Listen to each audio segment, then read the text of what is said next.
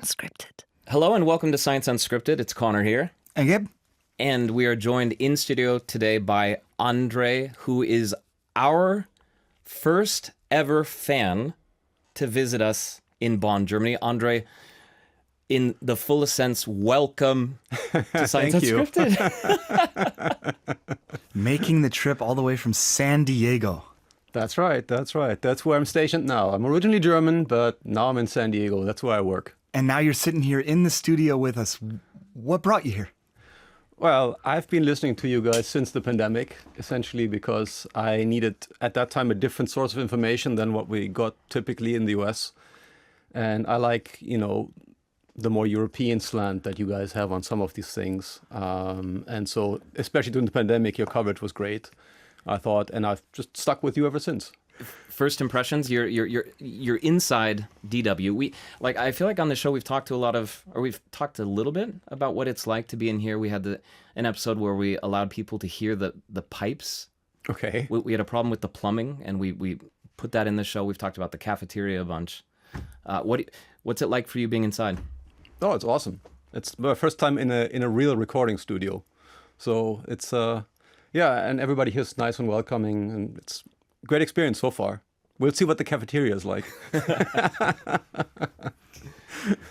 We have a lot of people who write to us. Yeah. Yet over the years, you have not written to us, and now you're sitting here in the flesh. Wow. Thank you for let us know a little bit about yourself, Andre. Well, it depends on what you need to know. But tell me some good stuff. Some good stuff. Okay. All right. So I'm a math professor. So I kind of fit a little bit in the vibe here, right? And I grew up in Trier, Germany's oldest city, for the first 20 years of my life. I did my undergrad there, and then I did a master's in South Carolina, a PhD at the University of Illinois in Urbana-Champaign, a postdoc in Toronto, and I've been in San Diego. The university is Cal State San Marcos. It's northern San Diego County since 2001, so I'm a professor there. And I know you've been away from Germany for a long time, but from your perspective, what is it like being a German in San Diego? I love San Diego. I mean, I don't know if you're a German there or what you're there.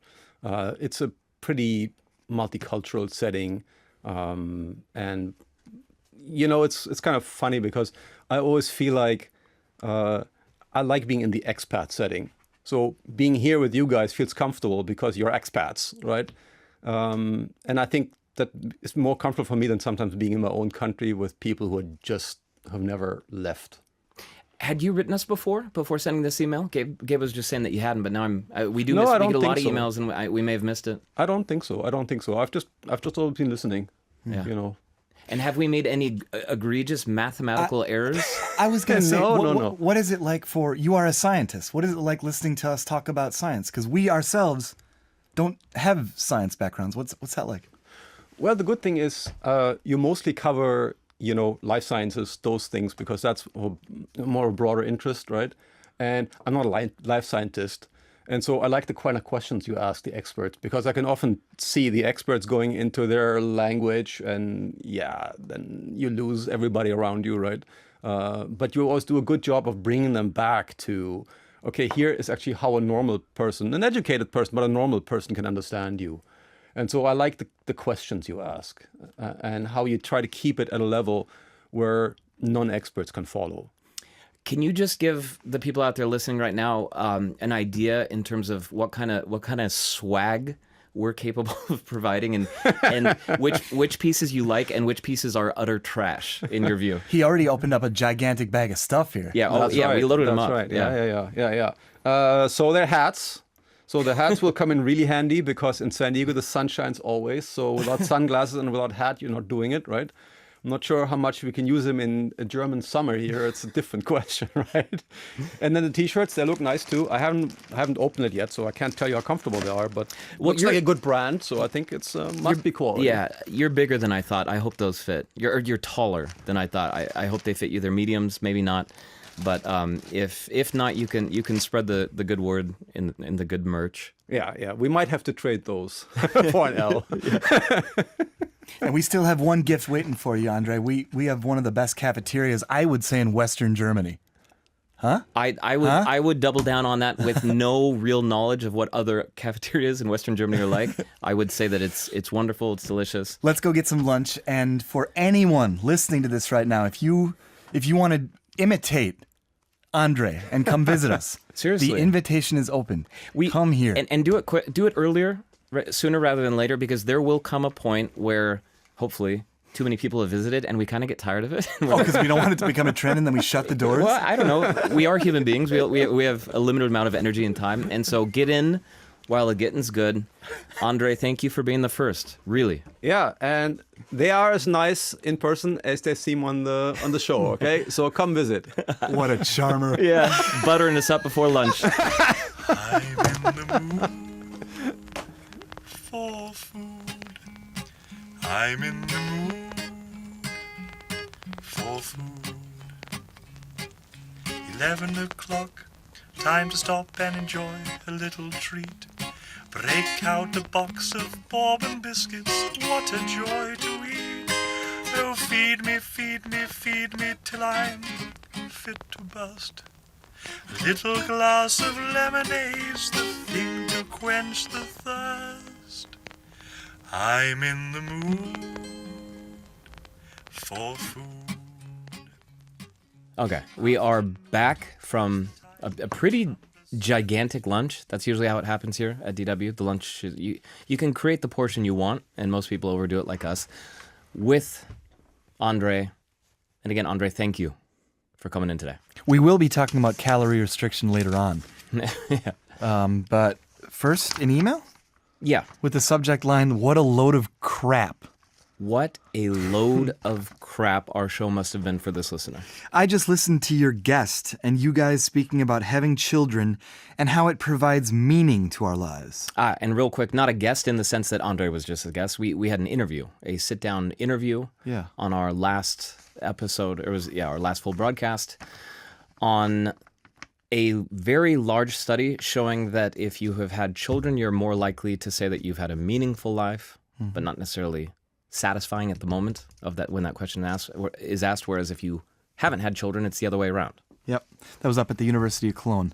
This listener goes on to write, "That's great," with regard to it providing meaning or that assertion. "And I'm glad it works for you. Have at it.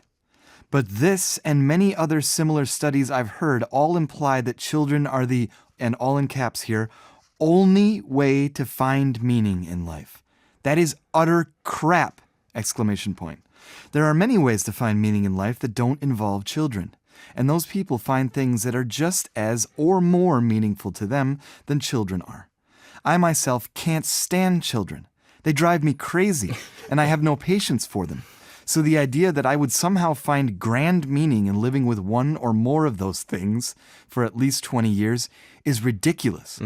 I have found other things in life that are just as meaningful to me. A partner, friends, music, etc. But sadly, the bias that the researchers all seem to have is that my experience is hollow and meaningless in comparison. No. I have to jump in there. I don't agree with you. I don't think there was a name attached to this email. That there's a Grumpy. Grumpy. Yeah, grumpy. Fair enough. If you're going to sign off grumpy, I think you have some self-awareness there.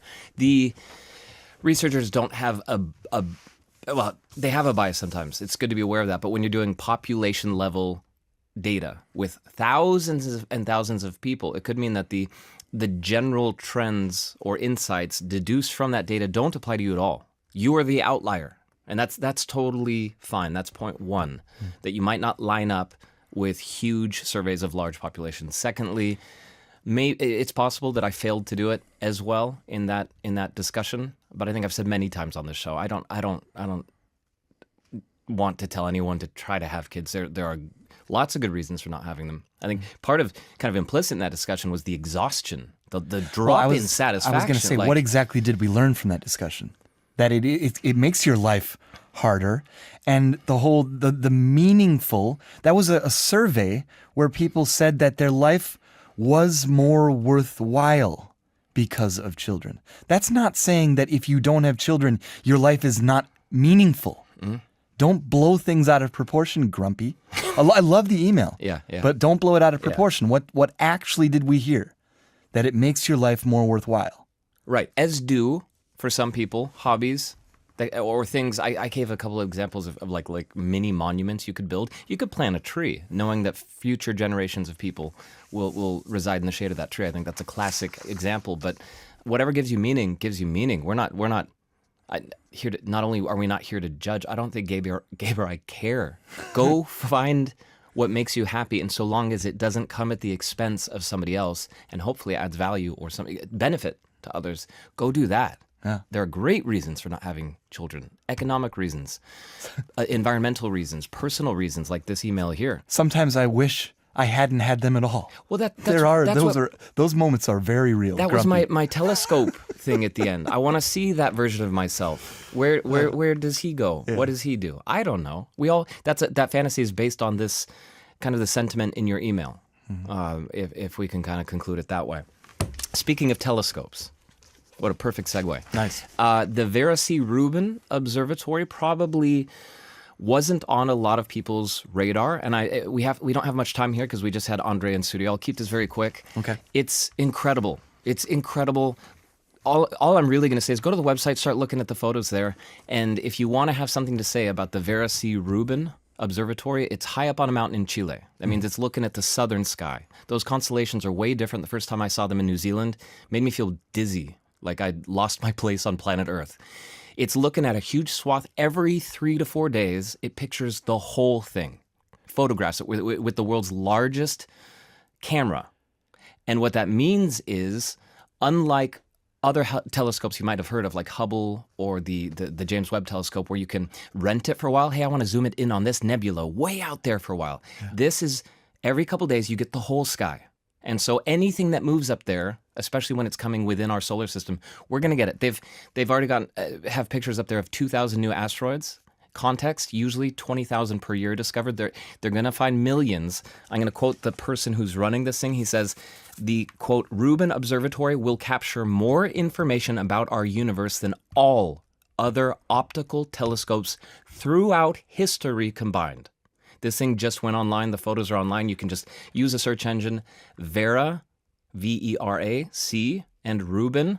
You can get a new desktop picture or something for your phone, or you can just marvel at the unbelievable expanse of the universe. Vera C. Rubin, by the way, she looked at galaxies. Yeah.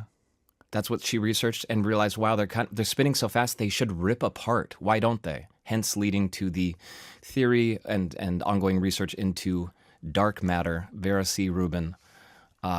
The observatory is now online down in Chile. There's one new image that you can go and check out every couple of days, or there's a series of different perspectives? They're going to be updating them constantly. The first one is just lots and lots of galaxies. So many galaxies that it makes you dizzy. Another one shows some of the 20,000 asteroids moving across the sky. These are celestial objects coming into and moving out of our solar system, and that we hadn't seen before. Okay.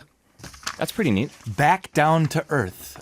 If you are planning on going on a diet, if you are going to restrict your calories, this is a public service announcement, you might deal with mental health problems, i.e. depression. This is based on data from 28,500 people in the U.S., the U.S. National Health and Nutrition Examination Survey. So this data is solid. They were looking at depressive disorder. So 8% of these people had depression. And they were also looking at their diets. If you were restricting calories, the likelihood that you had depressive symptoms went up, just enough for researchers to call it significant, especially if you are a man or you are overweight. So keep that in mind right there. They don't know why, or they didn't speculate on why this is happening. That it was happening. Do we need to? Are you not cranky when you don't eat enough? I turn into a worse version of myself. I don't think I've ever gone on a diet. But like caloric restriction can happen accidentally. Accidentally, yeah. Then I'm a diabetic. My blood sugar drops and I don't function. So it's worse than being cranky. But these people were on diets for prolonged amounts of time. Public service announcement. You might have to deal with depression if you go on a diet. Yeah, and speaking of self-awareness, what is the message here, or what I would take from it?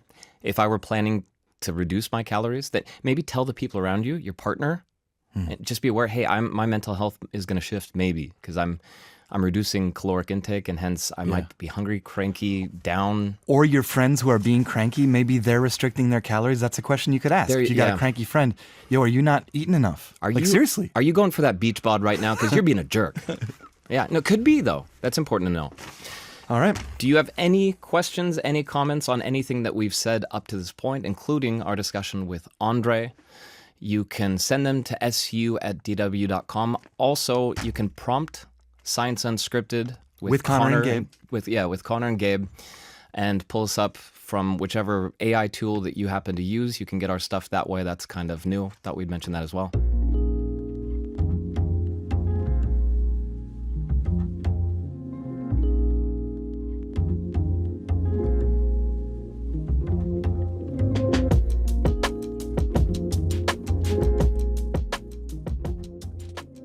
Would you, if you had the chance, would you actually want to live longer? I think that's a good question in terms of not everyone necessarily wanting to answer yes. But then the follow-up to it is, if your answer is yes, then what's the number? How much longer would you want to live? Those are wild questions. It sounds like science fiction. It sounds like we're just going into speculative, literature here. We're not. Science Unscripted. Und hier ist Samir. Die Deutsche Welle ist hier. Er ist in ein paar Minuten bei euch. Ihr könnt einfach hier warten. Super, danke. You must be Sebastian. Yes. Nice to meet you, Sebastian. Hi, nice to meet you. Gabriel. Hi. Hey. So we go upstairs? Yeah. Yes, my name is Sebastian Grönke. I'm a researcher at the Max Planck Institute for Biology of Aging in Cologne. And we just published a study where we tested some drugs on mice. And what happened to those mice? Yes, we used two drugs. They're called Rapamycin and Trametinib. And for Rapamycin, it was already known that it can extend lifespan in mice. But we show now that also Trametinib can extend the lifespan. And interestingly, if you combine the two drugs, then these animals got really long-lived and they were also healthy at old age. How much longer? They were living up to 35% longer in females. In males, the effect was a bit less, was around 28 to 30%, but around 30%. What were the negatives, or what were the drawbacks? They're healthy, they live longer. Is it all positive? Did they turn color? Or? No, they are. So there are some, and this is already known. There are some drawbacks from rapamycin treatment, and especially for the male mice, for example, they have a testis degeneration. Which is reversible, so it goes away when you take them off the drug again. And we saw the same for the double treatment, but there was no additional negative effects when we combine these two drugs. So in a way, there are some negative side effects from rapamycin, but the combined treatment didn't make this worse. How did this work? Yes, so these drugs work on the so-called nutrient sensing network, and this network helps cells adapt to nutritional stress. That means if we have lots of food available, then this network will be activated. When we don't have so much, then certain branches of the network will be tuned down. And this leads to activation of, for example, recycling mechanism within the cell. And this helps the cell to maintain their status better, and at the end also to live, that the organism can live longer. So it's a way that they can activate stress resistance mechanisms. Do we know at this point what this would do to humans? I mean, as interesting as mice are, and what the effect that this has had on mice, can we say would this extend the life of a human being? If you gave it to me and Conor right now, would we live 35 or 30% longer, or what? I mean, this is something we cannot say now because the studies in humans have not been done. So it is possible that it also works in humans, but it's too early to just go to the pharmacy and take the drugs yourself and hope that you will live longer. So you have to wait until the clinical studies have been done that confirm this. So for the biohackers out there right now listening to this, what is the timeline when it comes to getting our hands on these drugs to live longer? Could people get them right now? So in Europe might be difficult, but in the US there are already people taking rapamycin. I mean, this is of course this is based on the hope that this will show the same effects as in mice, because there are still no studies really in humans that show that rapamycin can extend the lifespan. But people are already taking it for trametinib. That's not the case. I mean, because our mouse study is kind of the first one to show that it really works also in mammals. So the next step would be then to also check which concentration is actually feasible without side effects in humans. The timeline for that, I would say, is probably in the next 3 to 5 years. Sebastian, you work in the field of the biology of aging in animals and in humans. So I know you're not an ethicist. That's not your job. But when I told people at DW that we were about to come talk to you, all these ethics questions popped up about should we, humans, try to live longer? Surely you've thought about this? Do you have an answer as kind of a layperson in this sense? Do you have an answer to that question? I mean, yeah, it is definitely an important question, and one has to say that, of course, we already live much longer nowadays than we used 100 years ago. I mean, our lifespan, average lifespan, has more than doubled since that time, and this is mainly due to medical advances. On the other hand, I think the idea of the longevity research is not primarily to make you live longer, but to leave you healthy for longer. I'm sure that you can get your hands on these two drugs. Would you do it? So when there are the first human studies that show that they really work in humans, I would potentially consider it. Currently, I would not. I'm not doing it, and I would also not recommend other people do it outside of a clinical setting. One of my colleagues, when I told her we were about to come here, said she would not want these drugs for herself. She doesn't need to live that long, but she would use them for her dog, because she loves her dog, and dogs' lives are too short. They don't live long enough. Could it possibly work in our beloved pets and make them live longer so they can be with us longer? I mean, that's an interesting question. So there is actually a project also in the US, which is called the Rapamycin Dog Project, and they ask exactly this question, whether rapamycin works also in dogs. And they have seen preliminary results that improved some heart functions in the animals. And since it works in mice, I mean, there's no argument why it would not work also in dogs. But whether it extends the lifespan is also not shown yet. And whether they will be able to finish the study with the current situation in the US is also a problem. But it's something that probably would work also in dogs. Or other pets, yeah.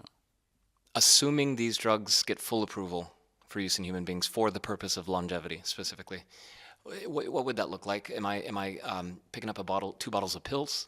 Do I need injections? How do you administer this drug? So the mice, they were fed orally. In humans, there's not one defined protocol, but quite often it's enough that people only take 1 pill per week for this effect. But in our study, we fed the mice with rapamycin every other week, and trametinib was constantly fed.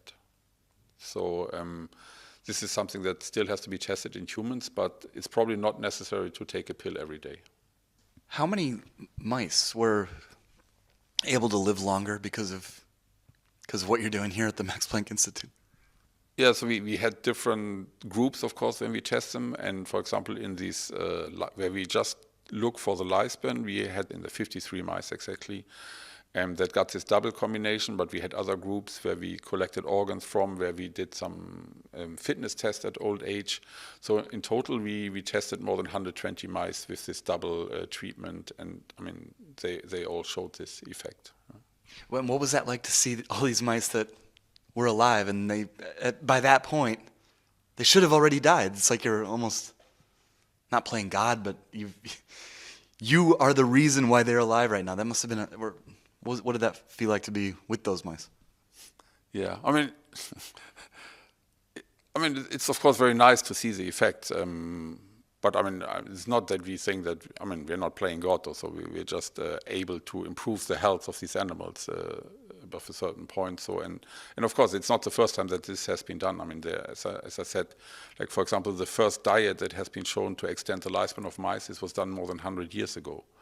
I mean, people forgot about it in the meantime, and then it came back like in the 80s and 90s that people went back to like this caloric restriction protocols and realized that it's actually possible to extend the lifespan of animals by relatively easy manipulations.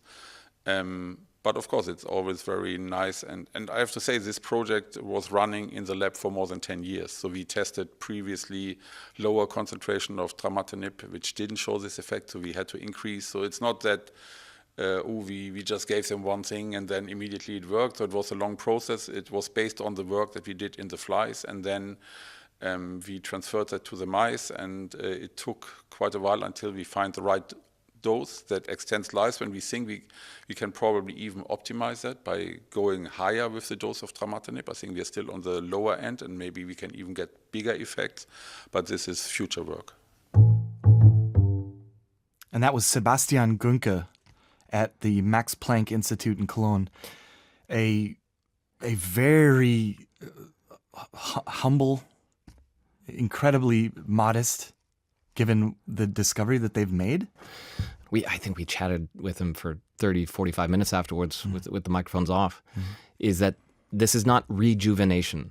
You are not becoming younger. If you had access to both of these drugs, and I'll say them again, just in case you want to look them up, Rapamycin, Rapamycin, and Trametinib, Trametinib. Both of these drugs are out there, but they do not make your cells younger. They improve the efficiency. You're not, if you were aged 70 and started popping these pills about once a week, is what seems to be how they do it, you wouldn't suddenly become 50. This would be, if it were applied to humans, you would begin early in life. We don't know how early in life, and it would keep you younger than your birthday would suggest throughout your life. That's how it would work. Regardless, it's still, if it applies 1-to-1 with what they've found in mice, that question that you asked at the opening here, would you want to live longer, is going to be something that people are going to have to address.